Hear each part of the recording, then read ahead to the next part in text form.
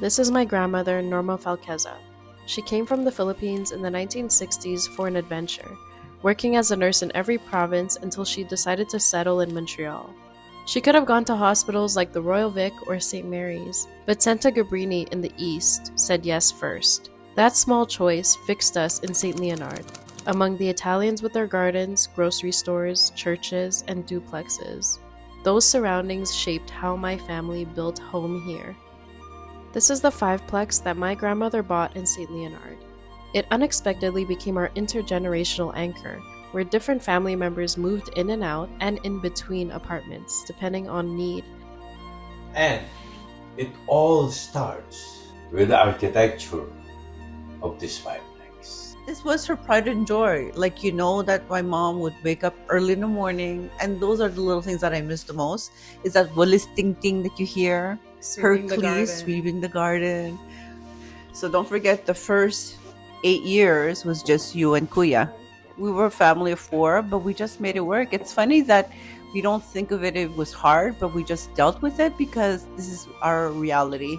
The Lola JD would be the highlight of the story because she's the one who took care of the kids while they were growing up.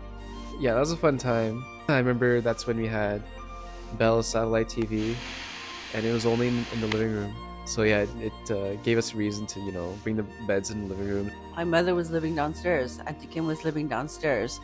The major help in this was because my mom would come up sometimes and start folding the clothes. Yeah. She would do the laundry. The smaller it is, the more compact it is.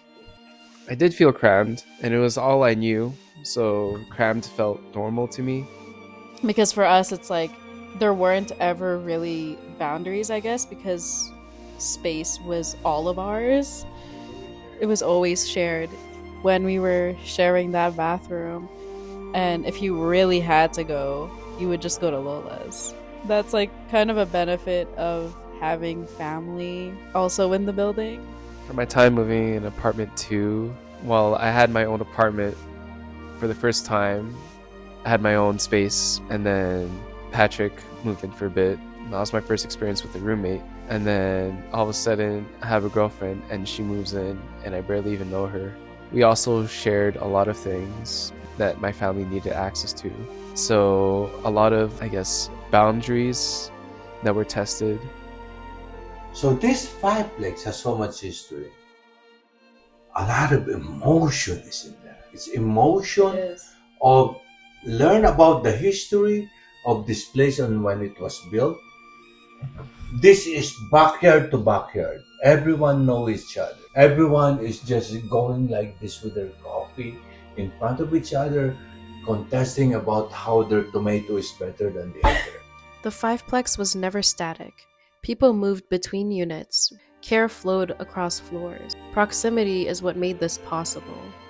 What my grandmother bought as a building became an adaptable system of family, culture, and survival. These everyday adaptations are what my project asks. What if housing was designed to hold culture, care, and change?